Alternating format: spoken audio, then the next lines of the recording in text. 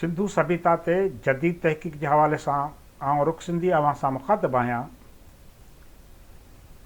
पंहिंजे हिन lecture series ज़रिए कोशिशि आहे त सिंधु माथिरी जी सभ्यता ऐं सिंध खे दुनिया जहान ताईं रोशनास करायूं, हिन देश जी शानदार माज़ी बाबति आगाही ॾियूं।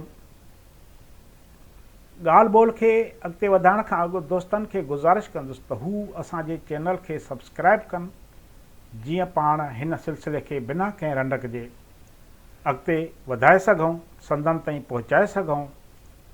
दोस्तनि खे इहा बि गुज़ारिश आहे त हू असांजे ख़्यालनि बाबति पंहिंजा राय ऐं मशवरा वीडियो हेठां कमेंट्स में लाज़मी ॾियनि, जीअं असांजी रहनुमाई थी सघे।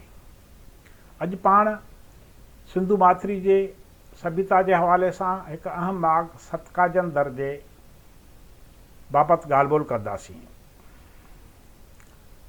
सतकाजन दर्जा क़दीम आसार मकरान जे सामूंडी इलाइक़े में दरियाहे दश्त जे किनारे ते मिलिया आहिनि, जेकी कराचीअ खां 300 मील परे ओलह तरफ़ ऐं समुंड किनारे खां 25 मील उत्तर तरफ़ आहिनि। शुरूआत में ही दड़ो आर्यलस्टाइन 1926-28 जे विच में ॻोल्हियत कयो ऐं उन जे क़दीम हुअण जी निशानदही कई। बाद में हिन बस्ती जी वधीक चौक चकास अमेरिका जे हिकु यूनिवर्सिटी जे म्यूज़ियम तरफ़ां जॉर्ज एफ डेल्स कई। स्टाइन शुरूआत में हिते कुझु खंदकूं खोटायूं, जिन में 8-9 फुट हेठि ज़मीन मां ठिकरियूं लधियूं।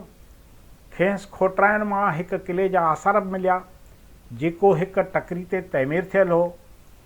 इहो किलो मुस्ततील शिकिल जो आहे ऐं उत्तर ओलह पासे 17 वाल डिघो ऐं ओभर तरफ़ 125 वाल वेकिरो आहे।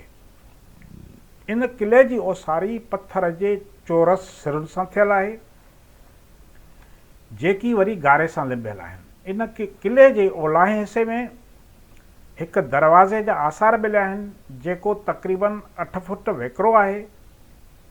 इन ही दरवाज़े जे ॿिन्ही पासनि ते मुस्ततील शिकिल जा बुर्ज तइमीर थियल आहिनि।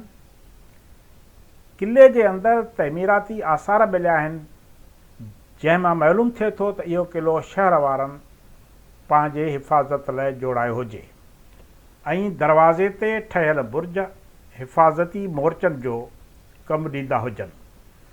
जीअं त ही शहर मकरान जे सामूंडी किनारे ते हुयो, उन करे अॼु खां 5000 साल अॻु सिंधु सभ्यता जा वारस हिन शहर मां बंदरगाह जो पिणु कमु वठंदा हुआ, जंहिंजूं काफ़ी शहादतूं बि मिलियूं आहिनि।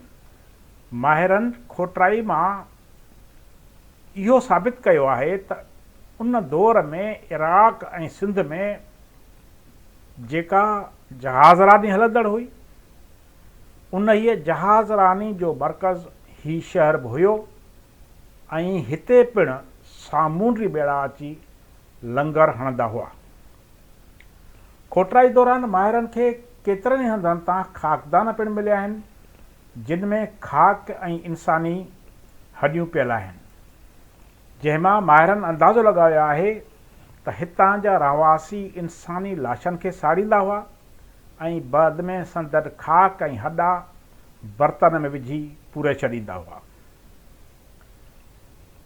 हिन भड़े मां ॿी जेका बाक़ियात मिली आहे, तंहिंमें पत्थर जा चाकू, पत्थर जा तीर, ट्रामे जूं ठहियल कुहाड़ियूं, मिटीअ जूं ठहियल कंगड़ियूं ऐं कुझु चिटसाली थियल थांव शामिल आहिनि। हिन बसंती जे बाशिंदनि जो अहम पेशो वापारु हुयो, जेको हू समुंड रस्ते इराक़ ऐं नार जे ॿियनि मुल्कनि सां कंदा हुआ। ही माण्हू समुंड खे वेझो हुअण करे ऐं उन सां लाॻापियल रहण करे माहीगिरी ऐं कश्तीबानी जे फ़न में पिणु माहिर हुया। हिन अहम माग जी जेकॾहिं वधीक खोटाई कई वञे त सिंधु सभ्यता ते वधीक रोशनी पइजी सघे थी। महिरबानी।